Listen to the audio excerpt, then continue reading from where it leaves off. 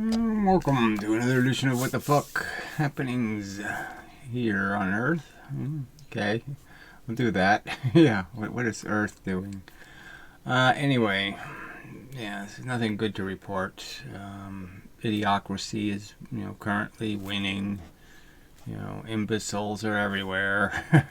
People aren't all that smart. They don't know very much about reality. They have lots of silly notions in their head. And, ew, not good. So anyway, this is the third article that somebody linked me to, and said do videos on this crap. So that's what I'm doing. Yeah, why not? I still have a temperature issue with the GPU. It's already 103, which is not good. So this video might have some failure in it. We'll have to see how it goes. Anyway, you can just start with the, antinatalism. So this is, I don't know what this is. Put a num on it. Some stupid frickin' blog of some kind with, who even thinks up this crap? Sorry. It's, whether I'm gapped or, well, I guess I was always gapped because nothing ever made much sense. I mean, groovy wasn't even groovy when people were saying groovy. It was like, a what? No, that's not cool. Anyway, so, whatever. That's the subjective crap that we gotta tread through. That underlies the whole conversation is all this subjective taste thing. You say tomato, I say whatever, tomato kind of bullshit. And, that psychology prevents so much capacity to communicate with each other because we just trigger each other's, oh, that wasn't cool, oh, that's stupid, just constantly gets in the way of, oh, look, I have an idea in my head, a model running of how you put things together, and it's kind of obvious what it spells. It's like writing on a big wall, and you can't get it. So anyway, this starts with the does life suck? Question mark. Well, yeah, that's one way of saying it, but of course, if you say life sucks, it's a slangy kind of thing. It's not an articulate explanation. Is life too messy? Well, that's kind of a better way to say it. Is it too sloppy? Is it too inefficient? Does deserve have too little to do with it? Are the penalties for failure way too high? Is the worst of it really bad? Is it a bad game? If we made it into a game and you watched it on TV, is it a good game? Is it a good, hey, this is a really nice competition, it's really fair, the umpires take care of everything, nobody gets hurt? No, that's not what this is. Okay, life is a really, it is the gladiator war. It's a bunch of versions of something competing with each other to prove how much better they are. But we're not even doing that, right? Because the whole procreation reward, the trophy, doesn't have anything to do with making babies. The winners don't do that. The winners don't say to themselves, I want to waste my time raising children. I want to be I want to be a nursery school teacher and then a first grade teacher and a second grade teacher. I want to spend my life, devote a big piece of it to raising kids, whatever the fuck that even entails. To do it in any kind of, so that's another question. Is raising kids difficult? Is it hard work? So why don't you ask that question? Because obviously to do it right, it's incredibly difficult work, because to do it right, you have to anticipate all of your potential errors. All of those little mistakes that'll just make such a difference. Like letting your kid fall on the sidewalk and, scar its face for life. That kind of stuff. You have to avoid all the crap that's going to really limit the potential of your child. You have to make those decisions like, well, okay, maybe I'm going to force him to stick to playing the violin or stick to one thing and actually do it, to actually know whether he wants to be that or not, because he can't even know if he only spends 5 minutes, and all of that psychology. So you can ask the simple question. I mean, and it just doesn't, it doesn't say nearly enough, and so it's just a tactic. It's just a way of trivializing. So this is mainly what all of these articles involve, is these are very glib people who are very comfortable with the whole idea of imposing on other people, making decisions that will affect others based on their subjective decisions. Like they're just saying, I know what's the best food to feed you, and I know what the best exercise for you to do is, and I know, and I will decide for you what your best destiny is. And it's, oh well, if you have to be this, if we have to sacrifice you in a war, so I'm okay with that. I don't mind doing it. I'll dress you in your little uniform and I'll send you out to get your face shot off, because I'm so brave. I mean, it's pathetic that these people can't even come close to getting to some of the root arguments, which are, is imposition something humans should be in the business of? Is it really something that has any practical doability to it in this circumstance where the imposition is not at all certain? Yuck. Again, I could just make the statement. I mean, these people would be comfortable if they had 10 kids and the law was, one of your kids has to die of cancer. Just the statistical facts we have to live up to. Obviously nature does it, but we all know it's going to happen. We all know statistically if we say you can breed or you can breed, that means that the retard over there is going to breed, and the retard over there is going to breed, and the asshole over there, and the child molester, they're all going to do it too. So statistically there's going to be an outcome, and the outcome's going to have a certain number of real losers, hard losers. And these people would be okay. They'd actually be okay with it. Like I said, walking up to one of their kids and saying, hey, sorry, you got the short straw, and I'm going to now inject you with cancer. And you're going to spend 2 years dying of leukemia. And I've decided it's worth it, because the other 9 kids aren't going to get leukemia. Oh, yeah, they're going to, get fat. They're going to become drug addicts. They're going to become wife beaters. They're going to become all kinds of silly, crappy, shitty stuff. But that's all good. It's for the best. Because that's what life is. It's fun, fun, fun for everyone. Because we don't pay any attention to the fact that people are paying for it. Other people.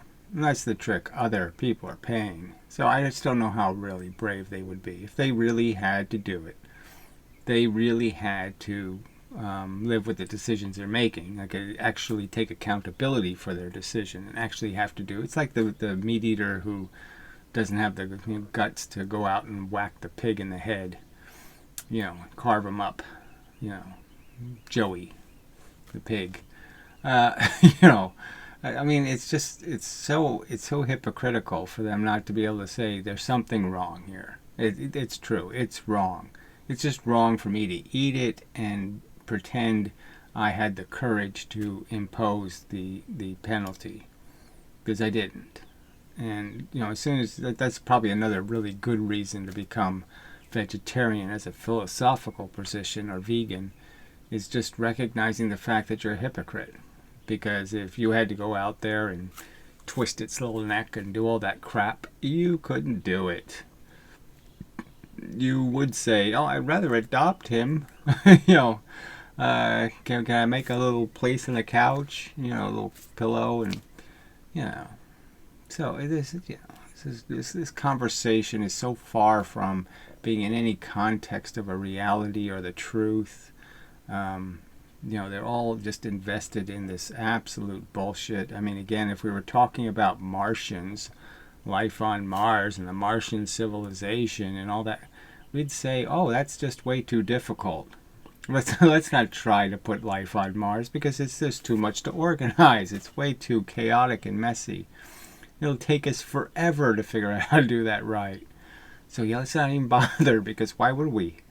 there's no, there are a few people out there. I mean, there's people who talk like it'd be some kind of bright idea, but they have no argument to make about how it improves the universe or it makes any sense. To make tentacled Martians or something. Like we could model it on a computer first. And there's no way to model it with these rules. Oh, well, deserve will have nothing to do with it. Okay. No, it's just already you're just saying no. Deserve has to have something to do with it, or it just really can't make any sense. How can any game that's played with real consequences, real winning and real losing, be played without deserve having something to do with it? You wouldn't watch that game. I mean, if they played baseball that way, or football, or soccer, and deserve didn't have anything to do with it, you wouldn't watch it. All right. So, does life suck? I think it does somewhat. Oh, gee, that's kind of ambiguous, isn't it? Others would say it sucks even worse than that. Yeah, well, I guess otherwise, yes, somewhat. I mean, I don't even, what is somewhat? That's the best you can do? Well, anyway, David Benatar thinks that life sucks. So again, this isn't Benatar's philosophy. I mean, playing this game with words, right? I mean, Benatar's obviously articulating a very analytic, rigorous kind of thought process where you recognize that, yeah, it is the fail-safe solution isn't bad. There's no victims in the fail-safe solution. There's nobody goes to jail, nobody gets cancer. There really isn't any profound harm caused by preventing the existence of something. It doesn't go to some bad place. It doesn't go to hell, okay? So it's not stuck in hell. You're not leaving them in some purgatory. You're not abandoning them, in some third world nation or something. It's has no negative that's discernible, and all it lacks is some sort of notion of a positive, whatever that would be. Anyway, David Benatar thinks that life sucks so profoundly that bestowing it on anyone like your child is a grave crime. So they could have just stuck with Benatar thinks it's a grave crime against logic, reason, facts, statistics, all of that stuff to initiate something that has all these known risks involved. That there's absolutely no reason to invent these children. All right, should be back. So I was sort of saying pushing your kids onto a tightrope of addiction, or addiction to tightrope walking.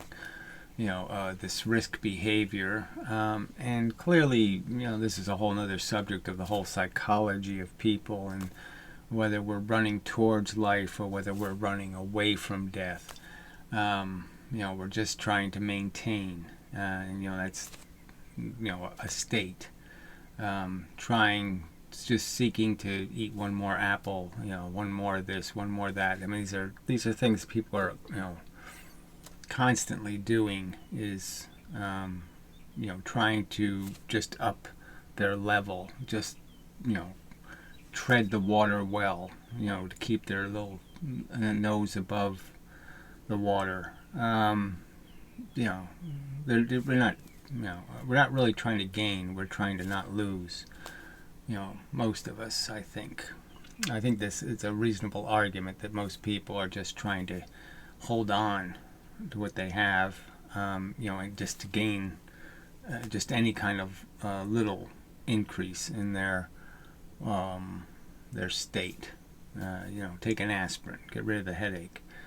Just any kind of improvement, and that's the addiction that drives people.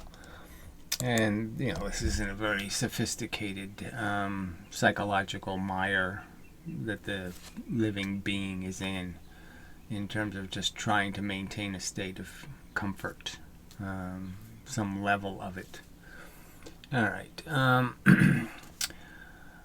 So obviously having this kid is, it's just as a grave crime. Again, it's a crime against what? I mean, the important part is what Benatar is saying it's a crime against. which you could just go down the list of all the arguments. It's so impositional, it's so arrogant, it's, you know, it's rolling dice with somebody else's welfare. There's so many analogies to how dangerous this is, that obviously it's a grave crime because it's like reckless endangerment. I mean, there's so many danger flags, and yet you have to ignore all of that to have a child. You have to be totally indifferent to the real prospects of real outcomes that are really, really bad. And if you give them any consideration, they will stifle you. Okay, and that's, I think, just another truth. That if you really think about all the negative potential, yeah, it's enough to stop. It's enough to prevent you from going anywhere near it. It's such a dangerous bomb. But anyway, the anti-natalist philosopher, so obviously it's kind of a silly way to describe somebody, but anyway, is having a moment. So he's using the more little, you know, patronizing gibberish about the fact that, you know, Benatar gained a little bit of popularity and he became a interesting interview. A profile in the New Yorker, an appearance on the Sam Harris podcast, and a reader emailing to ask me what I think of the case against being born. So yeah, so whoever this guy is, you know. But anyway, these arguments are just, they're so bad in the sense that they don't pay any attention to any of the real implications of existence, the whole idea that every decision you make has implications on other people, that you do in fact change the world, and all of that carries with it something for which you should be highly sensitive to your responsibilities. And it's just more nihilist crap where he's just going to argue from a selfish asshole position of I'll do whatever the fuck I want, and the capitalists tell me that makes the world a good place. If I'm a selfish cunt, it all works out okay. I mean, it's that kind of stupid philosophy. Just really, really stupid. Anyway, I tried to make sense of anti-natalism. I don't think it tried, so I won't go into I think that's just a lie.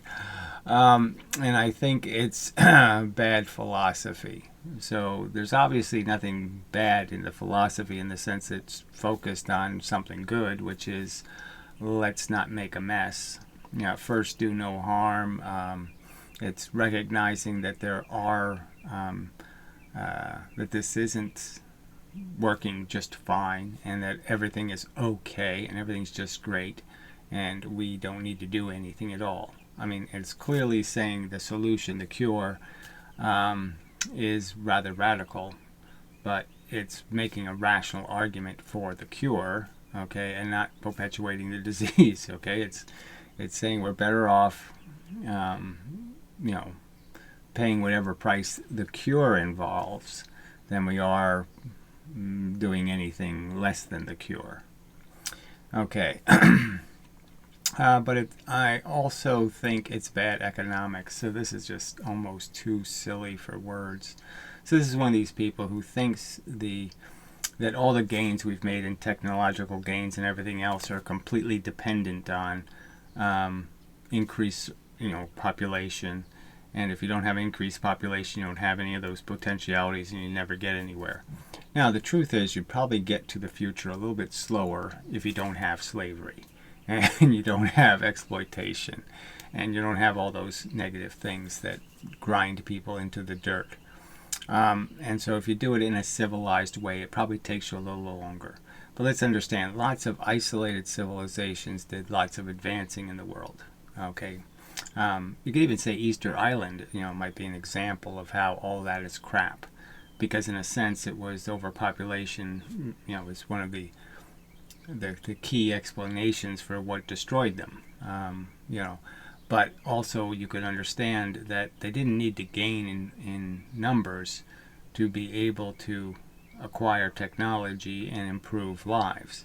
So the acquisition of technology just requires you to have leisure time, and any tiny little group of humans anywhere can do that. I mean, the cave people did it, lots of people did it.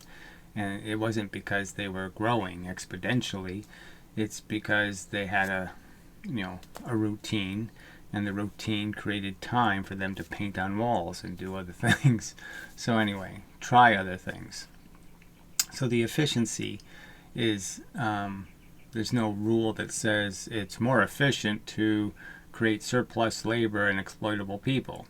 No, there's no rule that says you have to do it that way. And there's, certainly no rule that says the fact that you're walking up a staircase of acquiring knowledge, that is, you're investigating the world little pieces at a time, piece by piece, that's what the human race has been doing, that somehow you need to have excess population to walk up that staircase. Of course you're going to walk up the technical staircase regardless. It's not going to, you don't, surplus population or declining population, that's just the nature of human beings, is to acquire more knowledge. If you can get more knowledge, if you can live longer, you can have more time to do science, then you're going to figure things out. And every civilization that's ever existed on planet Earth has done that to some extent, more or less. And they all have advanced from some previous state. They all find out how to make sharper arrows, or do something better to make improvements. And so all of the gains we have made in terms of quality of life are all gains that were inevitable. And you're really just saying, is slavery an acceptable way to jump to the future a little quicker?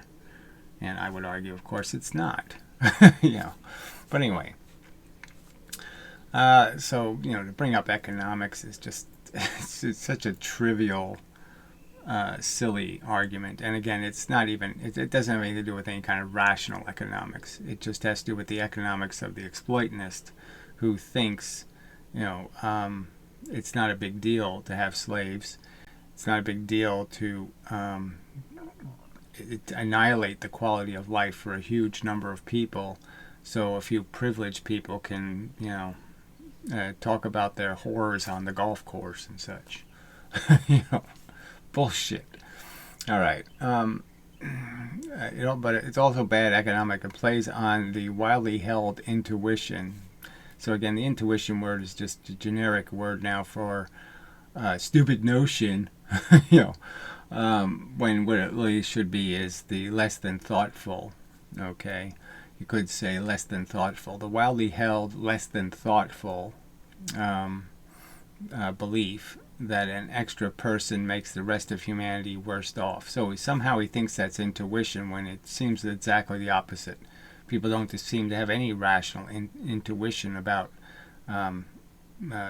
sustainable population, and understanding that surpluses of any labor element of any kind of population is dangerous, because the surpluses will be not taken care of. And so makes worse off by taking up some space, some resources, and some piece of the pie that would have gone to others. Clearly, it's all pressure on a system. So the simple argument is, if 10 works, why don't you just stay at 10? I mean, why add 11, 12, 15, 20? There's no benefit overtly. And the only benefit could be is if you're arguing that somehow you're just not advancing fast enough because you don't have enough people to study the future. So you can't get to the future fast enough because you're not evolving. Not going through enough transitions of human minds. Spending time working on the problem. Now, of course, that's true. Like I said, you can get to the future faster with more people, but the inefficiencies of that system of sloppy, causes a lot of grief that you're not taking any account for. So again, it's more kids injected with cancer that you're not injecting, that you don't have the courage to say, I'll decide for them. I'll say the victims are okay. It's okay to make these victims. You'll have the courage to impose the bad news. And I don't think any of you bold talkers with other people's welfare would ever have the courage to do any of that crap. Anyway, I hold that this zero-sum view is ignorant of the reality of the modern economy. So the modern economy has nothing to do with the economy. The economy is something that was in the past and the present and the future. It's not some sort of modern economy. Now, the fact that the modern economy has a bunch of unsustainable, retarded systems in it that where basically exploitation is required to maintain the economy, because it's been built on slavery, essentially, and when it's built on surplus labor, when it's built on a whole bunch of things that are negative, it's built on, the factual fact is the modern economy is working worse than the king economy. The economy of lords and kings and nobles who inherited everything. That economy, okay, spread more wealth to more people than the modern economy. Okay, the inequity between the rich and the poor is greater, not lesser, or more especially the middle class. So we haven't improved the circumstance; we've made it worse. So, again, it's just a lie to sit there and say, "Oh, the modern economy is some sort of rich, wonderful place where deserve has something to do with it." Again, no, it doesn't. Having children, I mean, it's an inheritance economy. Let's understand, and that's you can't get more overtly antagonistic towards deserve than inheritance. Ooh, we're at 105 degrees. It's not good. Anyway, so expect failure soon. I have to add a fan, I guess. On the hot days, got no choice. Anyway, or find another video card or whatever. I have to do something about it, I suppose. Having children is good for children, good for you, and good for the world. So, just a baby talk, that is. I mean, obviously it's not good for some of the children. So it's just really stupid to say it's good for the children to be born, with horrible defects. To have heart surgery at 6 months and, to be disabled for the rest of their life because their skull didn't perfectly form or some other kind of crap. No, it's not going to be good for them. That's just complete crap. How the hell it would be good for me? I mean, we're not even on the subject of, again, what you're going to do to your own productivity by having kids. How much of a distraction from your capacity to actually do this, advancing of human civilization. I mean, how much of human civilization has been deterred and is lagging far behind because people who should have devoted more time to their science or their job had to devote a bunch of time to managing their kids. So, kids aren't good for the world. Just nonsense. These quotes from barely noticeable people, sleep is good, death is better, but of course the best thing would have to never been born at all. Yeah, so again, you can quote lots of people who've said similar things, especially with perspective. That is, after they've lived a while. And, it becomes more and more obvious, I think, as you get older, just what a mess this is and just how sad this game is. Because you really just watch yourself degrade and you watch yourself become more and more vulnerable and weaker. You just basically have to say goodbye to everything. Everything you know dies. Everything you care about. Everything, even the beauty of your own culture, you have to watch it change and become tacky and crass and dirty. I mean, at least you do if you lived my generation. My time on Earth, that's where it went. It went from, where they'd have public service commercials of crying Indians,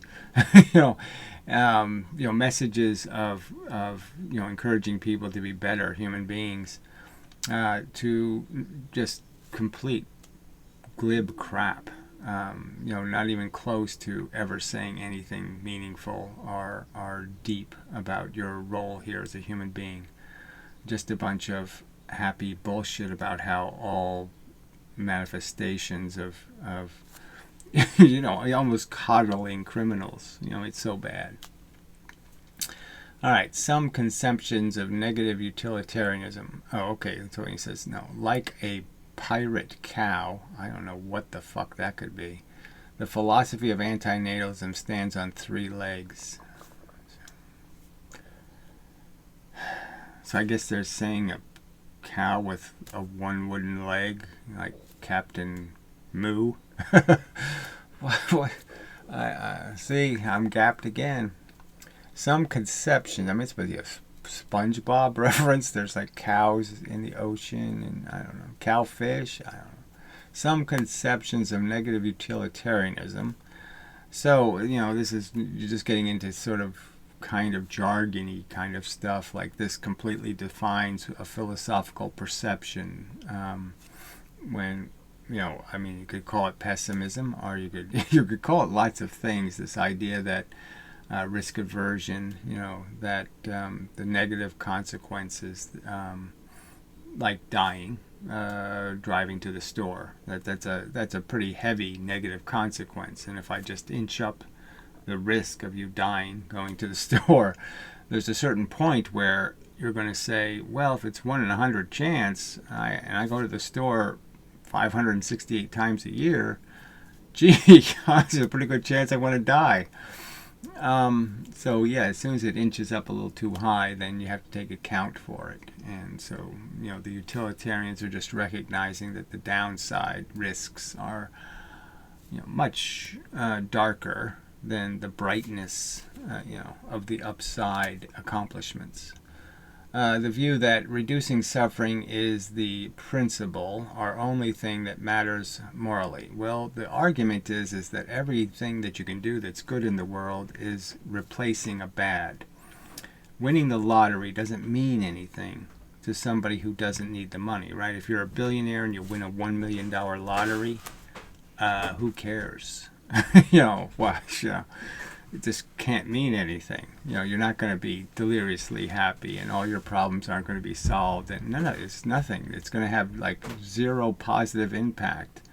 So it's going to mean nothing to you, right? And then it's going to mean everything to somebody who is in the desperate circumstance. So again, it's just really the hunger has to exist first for this to mean anything, and the hunger is, goes from just that idea of being addicted, like I get a feeling that I need to do it, eat, to something more substantial, like you're in chronic pain and you're trying to mitigate against the chronic pain just so you can have a thought in your head that isn't corrupted by anguish, and that moderate pain weighs more than great joy.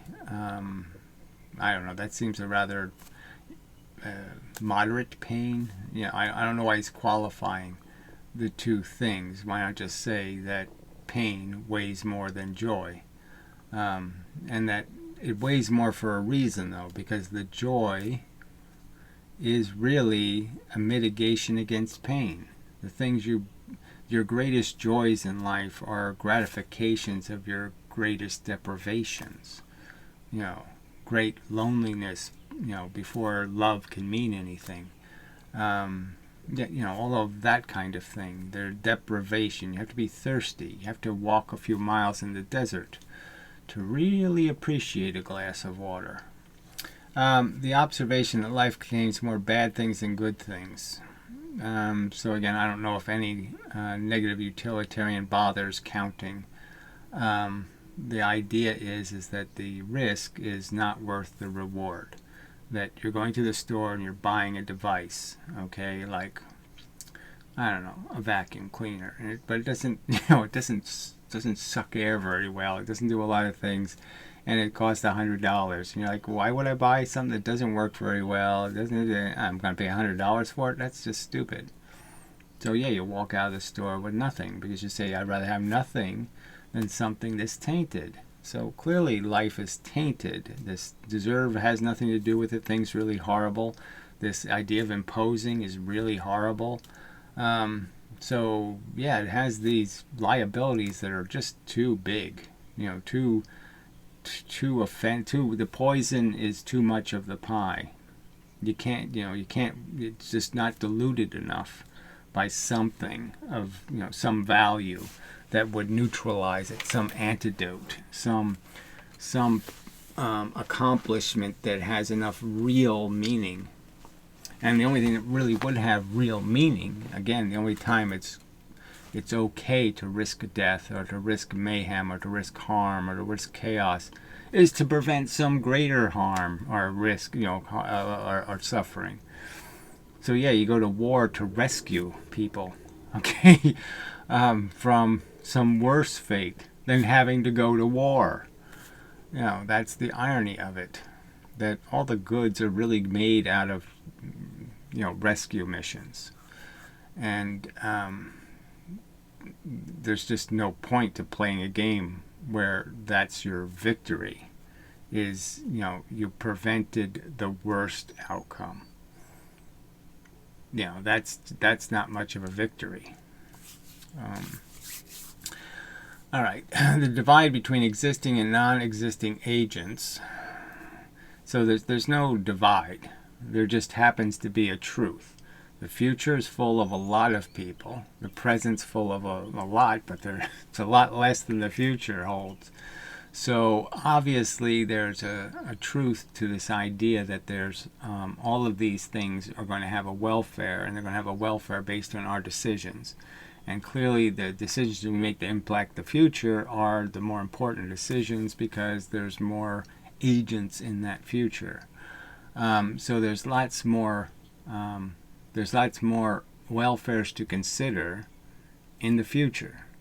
Now, yeah, they don't exist yet, but we know that we are playing with their welfare. We know that there are, dioxin barrels rusting at the bottom of the sea somewhere that are jeopardizing the welfare of the future. There's lots of things we're doing now that will make the future a less habitable, less comfortable, more expensive place to live in. And those are just facts. All right, anyway. And the assertion that the latter, i.e. unborn babies, have only an absolute preference to avoid the risk of any suffering. So this isn't about an individual baby having any kind of preferences. So it's just about the fact that we know statistically that there will be people, okay, who are going to have less bad lives and people who are going to have better lives. And again, you're comfortable with the statistical outcome. You're saying it's okay. I don't mind a few of them dying of stuff, even though you didn't do that. You didn't die of leukemia at 10 years old. But you know it's okay, that you'd do it for the cause. You're sure that you would do it for the cause. If somebody said tomorrow, you're going to be a 10-year-old and spend 2 years dying of leukemia, you would be perfectly comfortable volunteering for the cause.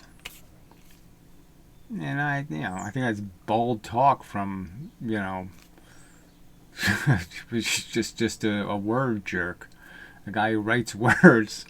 Because I don't think you'd put up if that was the real deal. You're gonna be the victim, and you're gonna have to endure the bad and get nothing out of it, and have no reward, and no knowledge of a reward, no experience of happiness in a sense. No, you'll never know what it is to make love or to do this or to do that, and you're just gonna die.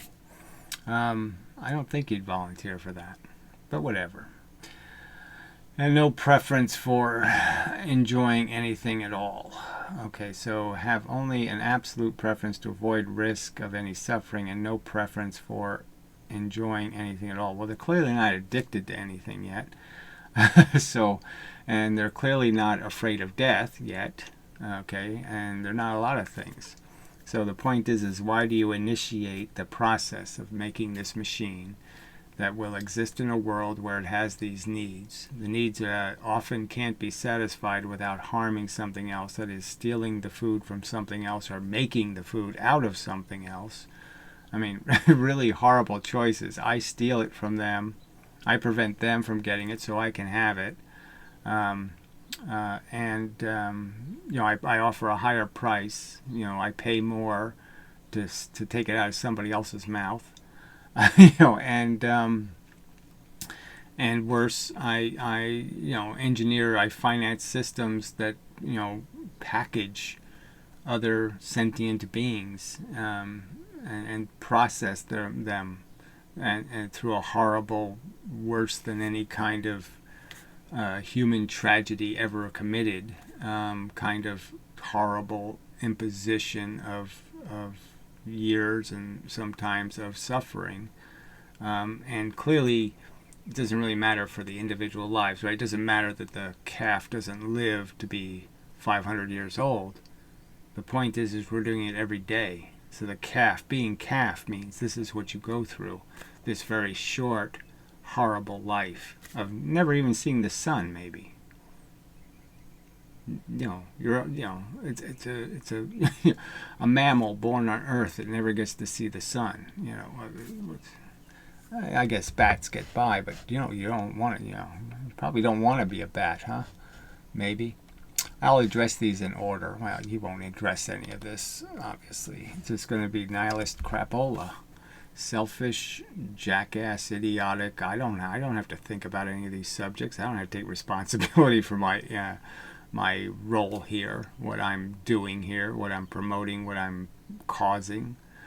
Anyway, negative utilitarianism isn't strictly necessary for anti-natalist argument. Yes, well, I've sort of pointed out. Not necessary at all, actually. Which is lucky for them because it's a pretty incoherent philosophy. So, again, the basic premise is risk aversion, and that's pretty coherent. Okay, recognizing risk and taking responsibility for the parts where it's sort of like just acknowledging if you're a meat eater, and at the same time you acknowledge that dogs and cats have precious consciousness that's worthy of protection and care, and you acknowledge that I don't have any real reason to think pigs don't have exactly the same capacities and needs. They have exactly the same needs, and there's no real rational good reason why I'm eating pigs and I'm letting dogs and cats sit on my couch, and that there's all this hypocrisy in our psychology, and that's part of what makes negative utilitarian rational, is the acknowledgement of those realities. And obviously this is a person who's just pretending he doesn't know that they exist, these hypocrisies. However, anti-nihilists sometimes sneak it in by implication. Well, it's really not getting snuck in when Benatar is the most famous talker on the subject, and his asymmetry is clearly a negative utilitarian argument, just pointing out how depriving somebody of winning the lottery is a lot less of a good.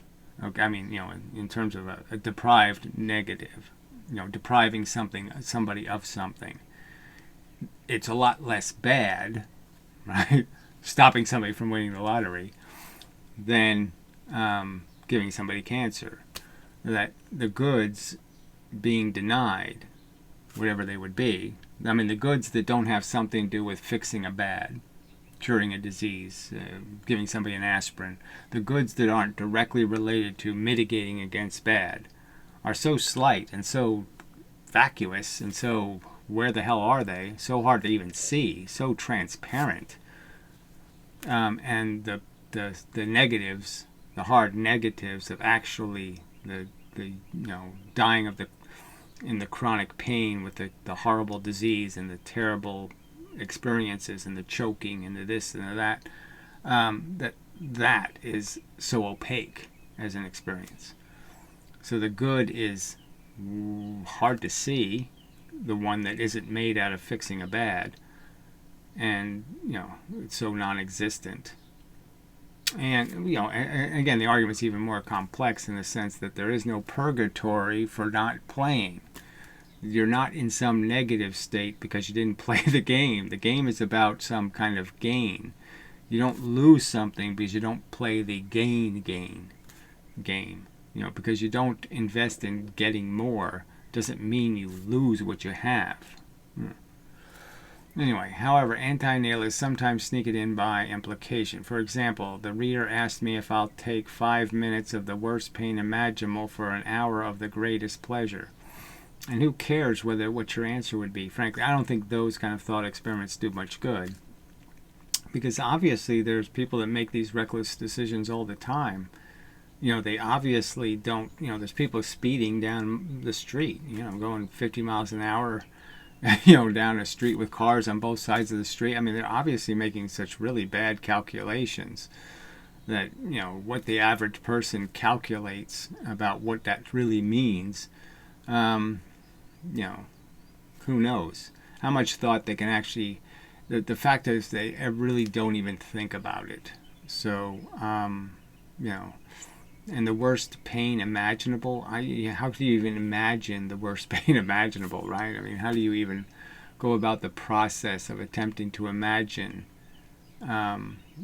these experiences? Having your skin peeled off, or, how do I even come up with this scenario that's the worst pain imaginable? It would take time just to even detail, to go through the possibilities of being boiled to death or this or that, all the ways you could be cause this torture, all the possible ways to emphasize and heighten and make perfect the torture. Forget it. And why would you even doing that would be such an uncomfortable process. That you're paying too much just to answer this question. So forget it. Well, anyway, Benatar presented Harris with a similar trade-off. Would Sam be willing to have children and grandchildren who will lead lives of hardship if that will ensure a bright future for countless descendants after that? So again, this is just the victim thing. Are you willing to go to Disneyland if the price is you have to take one kid who's going to have a terrible experience? He's going to be sick and horribly, it's just going to be awful. And does that taint it for you? Does that make the joy, just say, no, it's too high a price. I wouldn't pay the price. I wouldn't do that. And I wouldn't sit there with these straws. I have 10 straws and I have one short one. Now, I think obviously life has a lot more than one short straw in it. 1 in 10, it's worse. The statistics for humans is worse than that. And clearly the statistics for animals is a lot worse than that. So you have a lot of short straws. But let's just say you have that one short straw in 10. I would never have any kind of notion of having any ability to sit there and stick that in somebody's pocket and say, tough, I've decided for you, because these 10 other things need to do something totally meaningless that will go absolutely nowhere. Yes, they'll somehow miraculously evade a bad death and disability and all the things that are real in the world. Somehow they'll evade all that.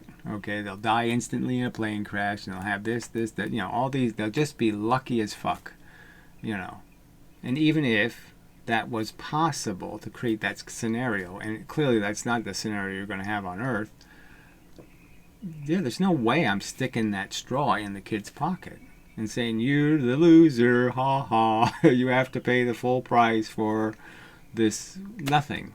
There's absolutely nothing that's going to take place. This meaningless crap where I could just invent it on Mars. Again, I could just say, oh, they're missing Martians. What a tragedy. Bullshit. Nobody's crying. Nobody's upset. Nobody's lamenting. The horror. There's no Martians doing things. Eating whatever. Just even thinking of that. No Martians hunting down, other Martian critters, and making sandwiches out of them. Oh, what a pity. Oh, what a horror. How can we stand it here on Earth if there's no great white sharks, swimming the sand oceans of Mars? Oh, what a tragedy. It's a pathetic argument. So yes, it's, Benatar's this gets to this gets to many of the arguments, but I mean, the one I would say that I see most overtly in it is the imposition. I mean, it's clearly saying you're going to make a victim, and you're going to tell the victim, you're going to explain to the victim, it's all okay. We're so cool, and we're going to do such cool stuff that your suffering will be well worth it. Okay? It's just so obnoxious for you to say that for him.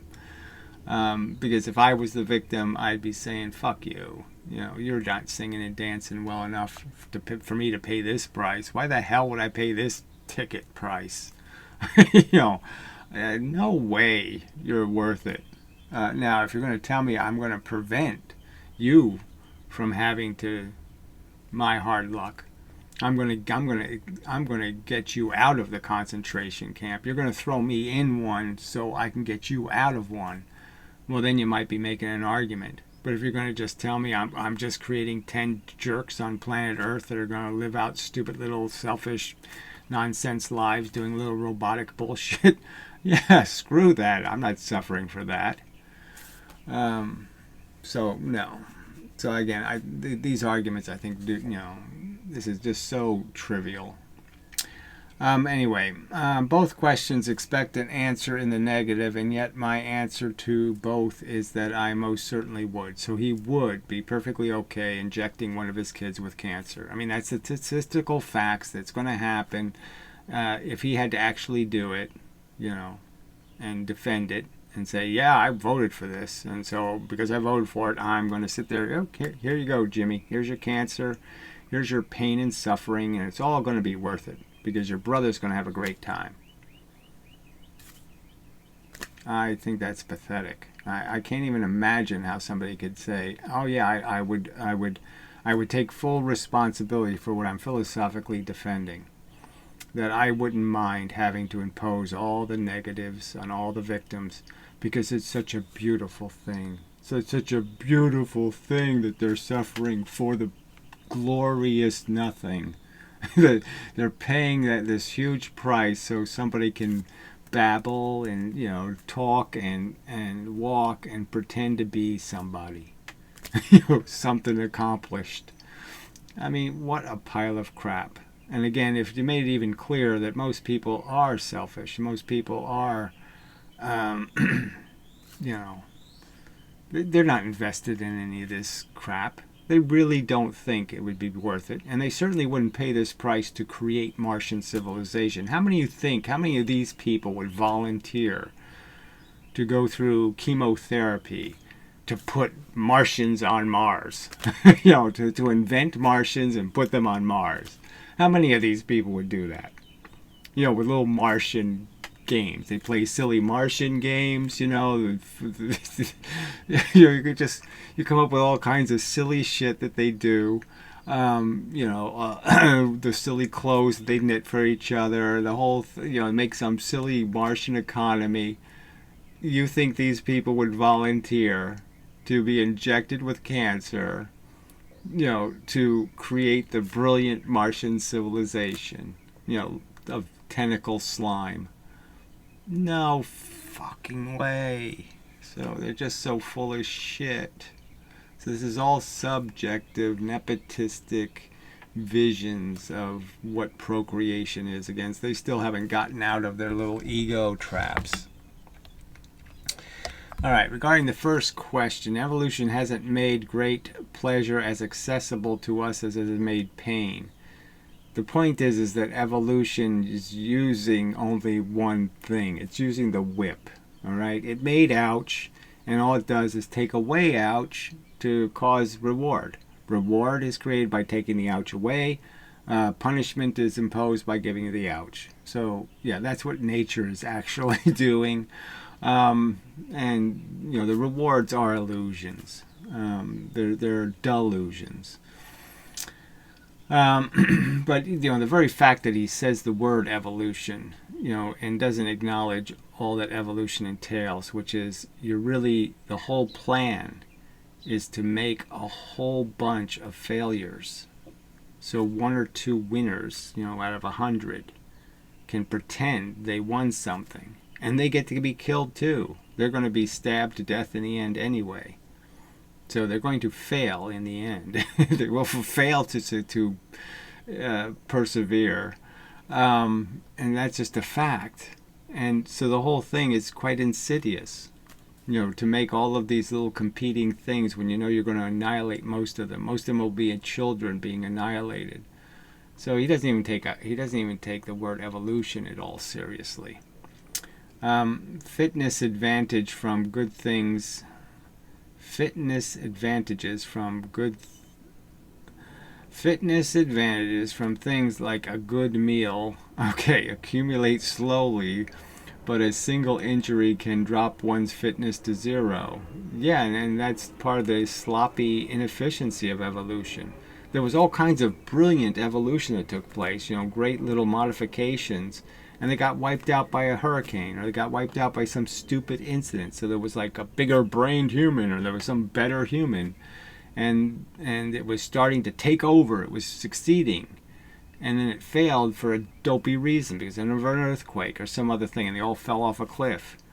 I mean, evolution has no brain. It isn't doing this in some sort of efficient manner. It's this horrible, inefficient process of it's a really badly organized gladiator war. So the gladiators aren't getting better and better, and they're just modifying each other to the circumstance. I've made this metaphor so many times, but the wars take place between the gladiators, and then the gladiators get bigger and bigger, taller and taller, and then it becomes a huge disadvantage because then little midget gladiators can knock them down, because they go to reach down to get them and they can't catch them, and the little midgets start winning, right? And so then it switches, and it just keeps doing this yin-yang switching back and forth between advantages and disadvantages of weight and height and size and speed, and it's just it's not going anywhere.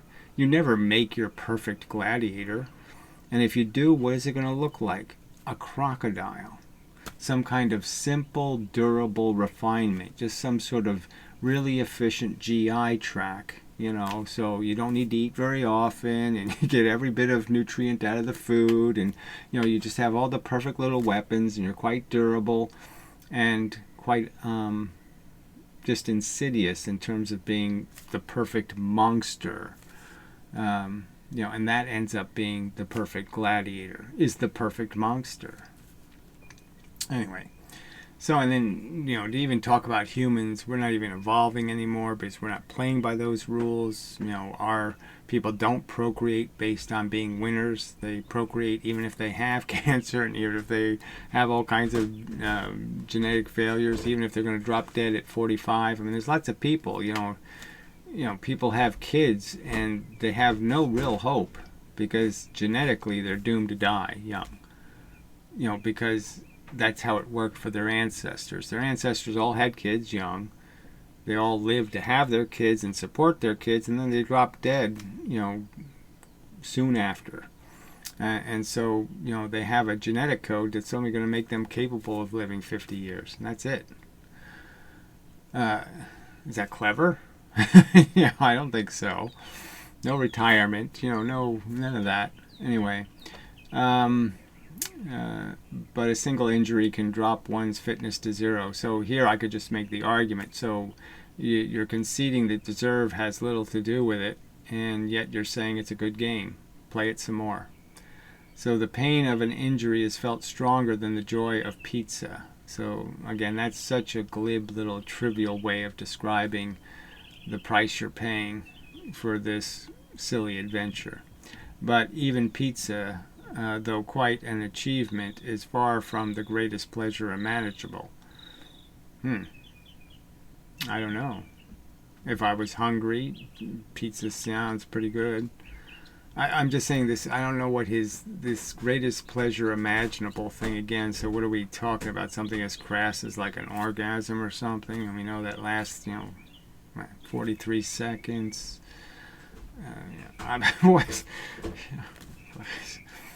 I mean, I don't mean to diminish it. I don't want to trivialize. Oh, yes, there are some pleasures that are very pleasurable. There are some, ooh, that felt good. A sneeze. It's kind of a nice feeling, But come on. You're going to pay cancer prices for it? I mean, it's crazy. What you're buying at the store is so overpriced, so insanely overpriced, and to suggest people should keep doing this, keep buying this bad deal, it's really disgusting. Yeah. Maybe take a little break, and we're already probably somewhere around an hour, so that might be enough, but we'll do a little bit more. It's all this. It's just glib. Like I said, the key concept was the fact that he brought up the economy and how it needs people to grind into the dirt. It's that kind of nihilist, silly philosophy where I really don't care what the real price is. I'll just pretend this is accomplishing something when all it's accomplishing is torture, fundamentally, and you're buying trivial notions of accomplishment, happily ever after endings to the stories that aren't real, that never took place, that will never happen that way. It was just a big trial and tribulation, and you have only temporary victories. Your victories only get, they only last this little bit of time, and then you're in the loser category again. Yuck. Alright, should be back. So let's finish up with a paragraph more. So anyway, so this is just such a funny first sentence. Humankind has only recently begun exploring the landscape of bliss compared to our long evolutionary history of pain. It's hilarious, right? I mean, people don't look very blissful to me, frankly. I'm not seeing it. And so where is this cell of religious devotees to blisserism? Where are the blisserites? Where can I go find these people living the bliss?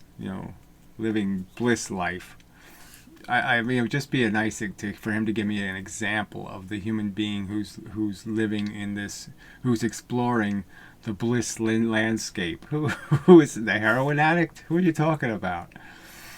Anyway, if you can't imagine a pleasure great enough to make the trade-off worthwhile, and again, that isn't even saying, that isn't even making the question reasonable. The trade-off is you have to do all this murder and slaughter, to have your bliss.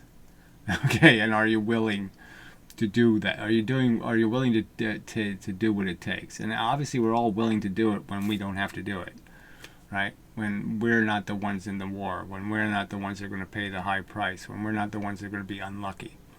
Then it's really easy to pay the price because we're not paying it. So let's just recognize that this whole conversation is just about some of us, even though we're cheaters and cowards, have at least the integrity to say, I know I'm cheating. I know that whatever I'm gaining out of my life, I'm gaining it just out of good fortune. And that's it. All right. Luck. Okay. A pleasure great enough to make the trade-off worthwhile. Consider that you may be falling prey to the availability of heuristic. I don't even know what that could mean.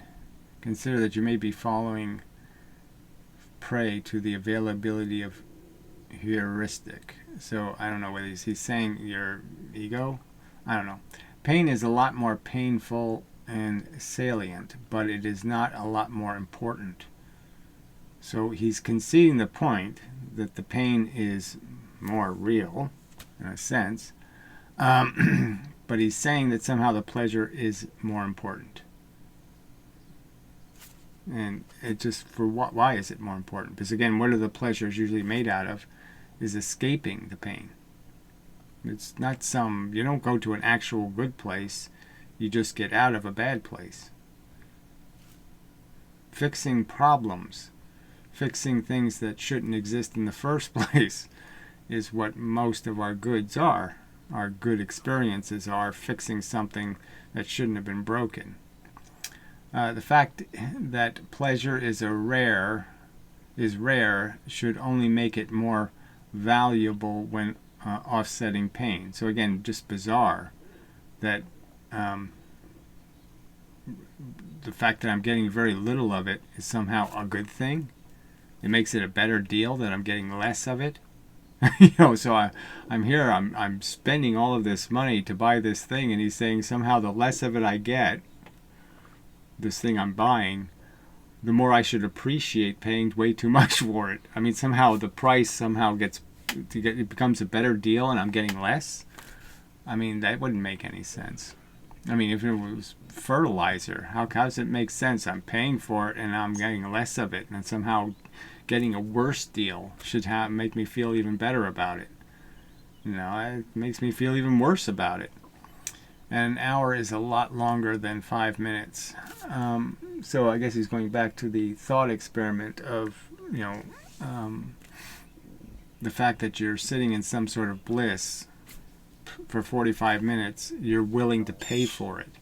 Like somehow you should have to pay for it. No, that should be free.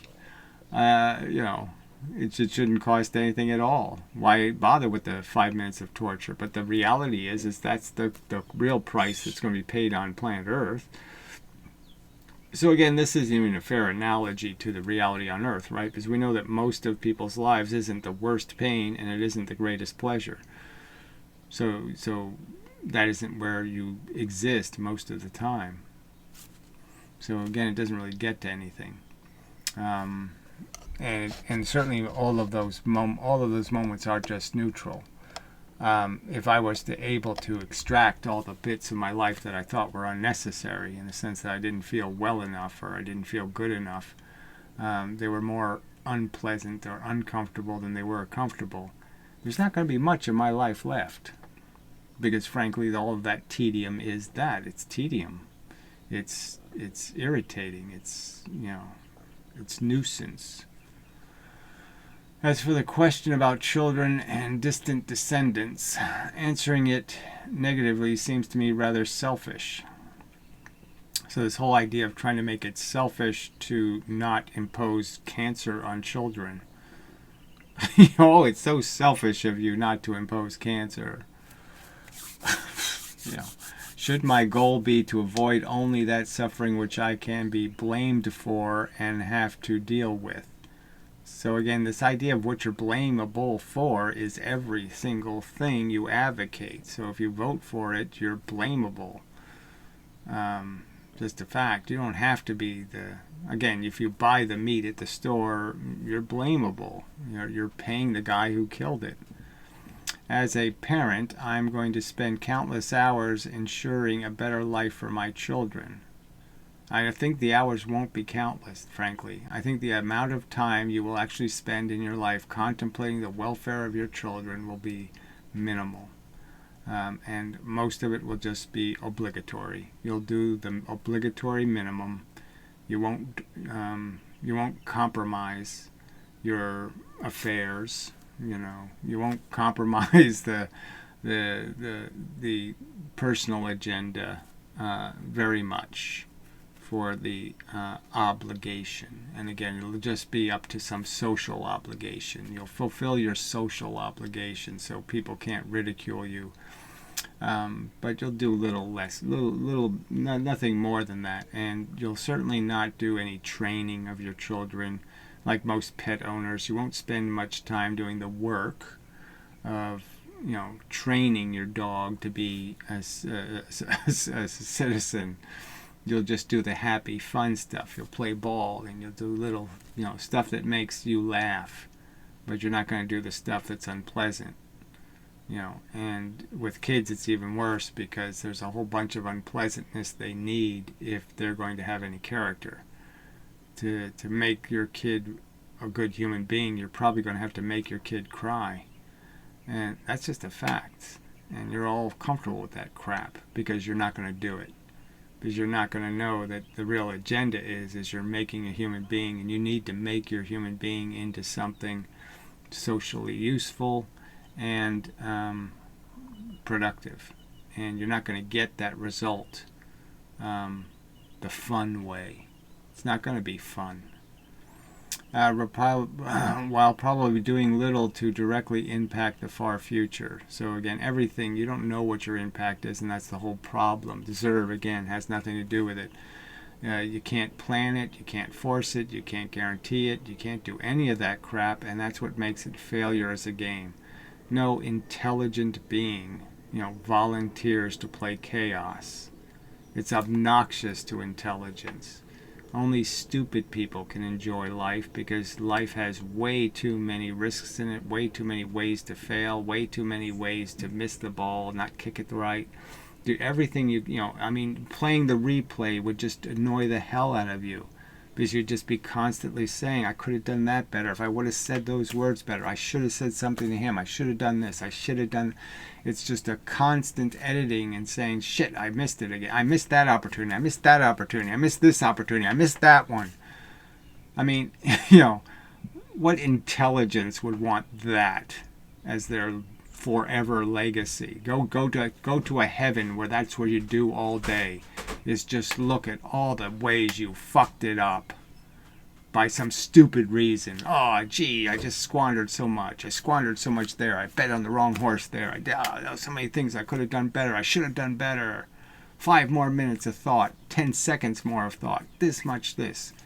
I mean, what intelligence wants to play chaos where, the outcomes are never going to be consistent with your intentions, never going to be consistent with what you write on the paper, the plan, the blueprint.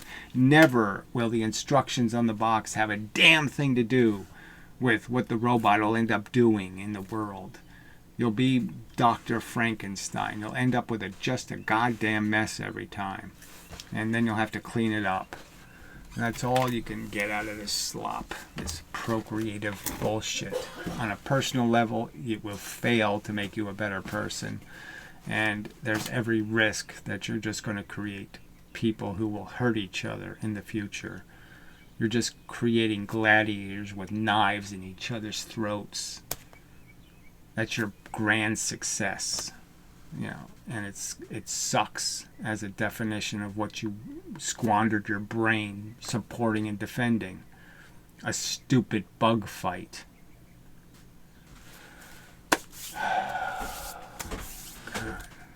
Anyway. So life is a net negative. So again, it's the game of life. Okay? Is failure. Okay, that's what it makes more than anything else. It makes more failure than anything else. That's its biggest produced product. That's its biggest seller, is failure. Alright, anyway. So enough. Till the next time and such. Maybe we'll explore the comments. I don't know. I mean, it's all these people just doing all their philosophy crap, and it's just veiling this all in something a lot more complicated than it is. In terms of, we understand our subject of addictions, we understand we're addicted to a narrative, we're doing something and it seems important, but we know if somebody else was doing it, it would look trivial and stupid.